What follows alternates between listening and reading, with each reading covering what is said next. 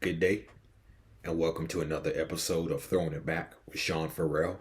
I am Sean Farrell. God is great all the time. All the time, God is great. And let's not waste no time. Let's get right to it.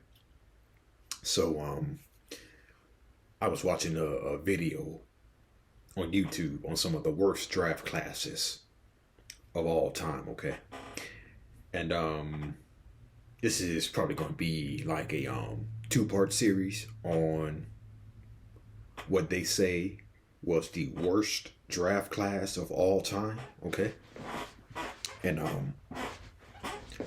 there are some people who believe that the 2000 draft class, the draft class of 2000, is the absolute worst of all time, okay? Okay. So I just went through like the first 15 picks, the first 15 picks of the 2000 draft. Then I'm gonna come back to the rest in another video soon. Okay, but the first 15 picks of the draft were Kenyon Martin. He had a long career, was an NBA All-Star. Career averages of 12.3 points, 6.8 rebounds per game. Stromile Swift played a underwhelming 9 years, averaged 8.4 points, 4.6 rebounds per game. Then there's Darius Miles, played 8 years, would have played 10 years, but he lost 2 of them to knee injuries. So he played 8 years, averages of 10 points, 5 rebounds per game. The fourth pick of the draft, Marcus Fizer, played 6 years, 9.6 points, 4.6 rebounds per game. Mike Miller played 18 years, was the rookie of the year. Career averages of 10.6 points, 4.2 rebounds. DeMar Johnson, 7 years, 6.2 points, 2.2 rebounds per game. Chris Mihm with the 7th pick, played 9 years, 7.5 points, 5.3 rebounds per game. Jamal Crawford, probably one of the most successful out of the 2000 draft class, along with Kenyon Martin and Mike Miller. Jamal Crawford played 21 years with averages of 14.6 points, 2.2 rebounds, 3-time Sixth Man of the Year award winner. Number 9 was Joel Prisbilla, played 15 years, 4 points, 6.2 rebounds per game. Keon Dooling played 13 years, the 10th pick in the draft. 13 years, averages of 7 points and 1 rebound per game.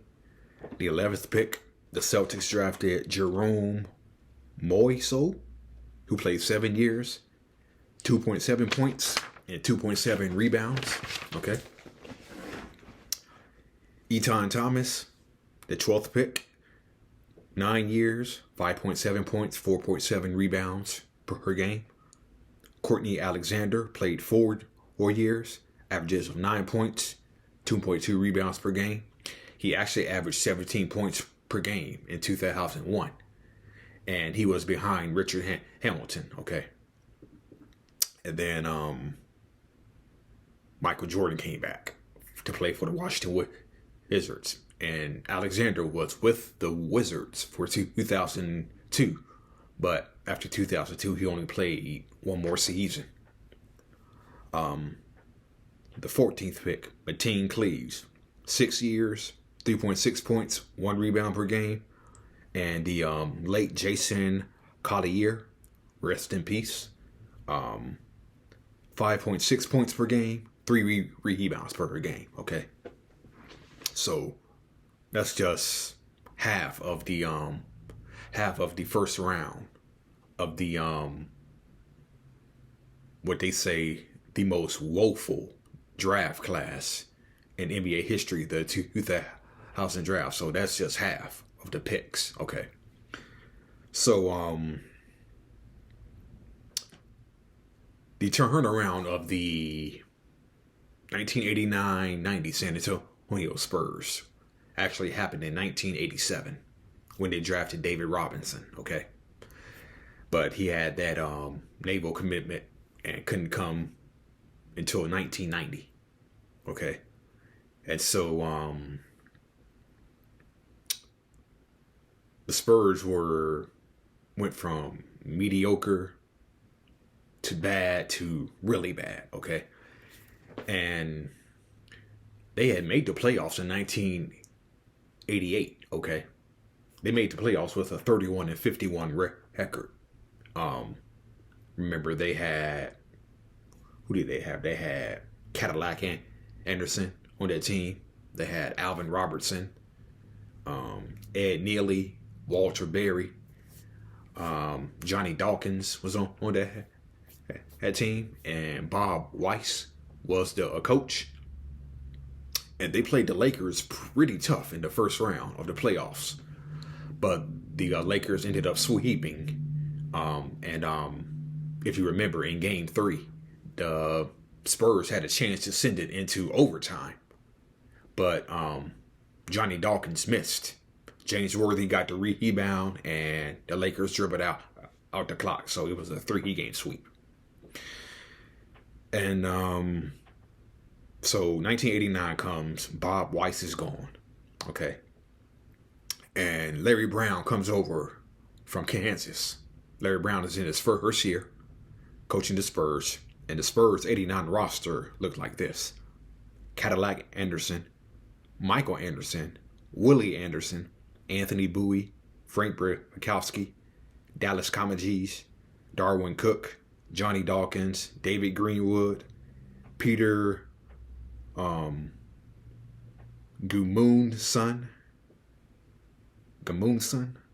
pronounced that right?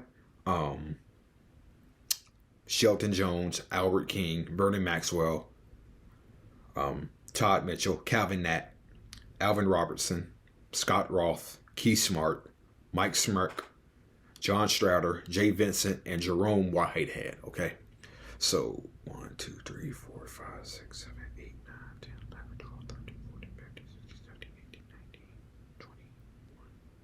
So there were 22 players who played games for the San Antonio Spurs in 1989, okay? 22 players played games for the San Antonio Spurs in 1989, okay? And out of all of those 22 players that played, only 3 were remaining for the 1989-90 season, because the Spurs basically made wholesale changes, okay?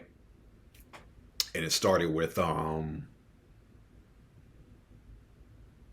Johnny Dawkins. Johnny Dawkins was traded to Philadelphia for Maurice Cheeks and Christian Welp. Okay, so that was the first. Then there was the Alvin Robertson trade. The Alvin Robertson trade that sent Robertson to the Milwaukee Bucks for Terry Cummings. Okay, so there's that. Okay, and then the drafting of Sean Elliott. Okay, and then they bought in veterans like Caldwell Jones, veterans who could mentor the incoming David Robinson. Okay, so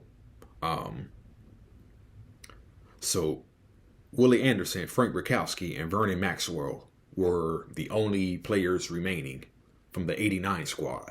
Okay, and I was about to say something else. And Willie Anderson had a pretty excellent rookie year. As a matter of fact, Willie Anderson scored 30 points in his first NBA game. Okay, and he averaged like 19.4 points in his rookie season. Then he still averaged around 15.5 points his second season. Then that's when his scoring, but after his rookie season, his scoring averages started to go down. And not only does his scoring averages go down, he had injuries too. So injuries robbed him of a better career than he should have had. Okay. So injuries robbed Willie Anderson. But nonetheless, the Spurs made wholesale changes. In 1990, they had a German guy named Huey Blob, Maurice Cheeks, Terry Cummings, Sean Elliott, Caldwell Jones, Jeff Lebo, Mike Mitchell, the former Spur. Johnny Moore was back. They had a guy named Zarko, who I can't pronounce his last name. So they had a guy by the name of Zarko. Then, of course, you had the Admiral, Rookie of the Year, Rod Strickland, Christian Walp, Reggie Williams, and David Wingate. Okay? And so,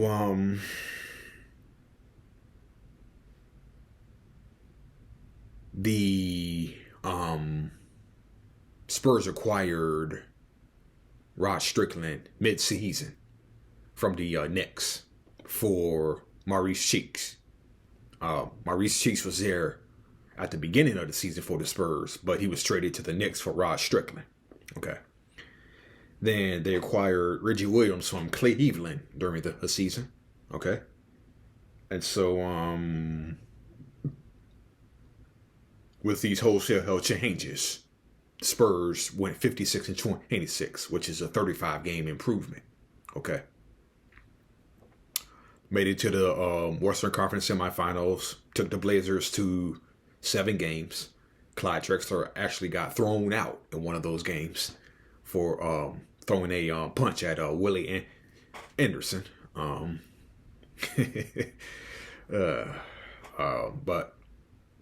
yeah, it was a turnaround season for the Spurs, 56-26. And the same thing happened in 1998 when the Spurs went 20-62 the previous year. Okay. Bob Hill was fired after a 3-15 start, and Greg Popovich takes over. Spurs win the lottery. They get Tim Duncan. The turnaround happens. They go from 20-62 to 56-26. It's kind of identical to when they were 21-61 in 1989, 20-62 in 1997, and then going 56-26. So yeah. And then the Spurs won championship just a year later. Okay.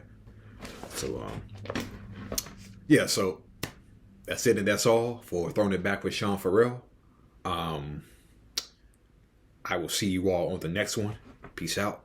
God bless.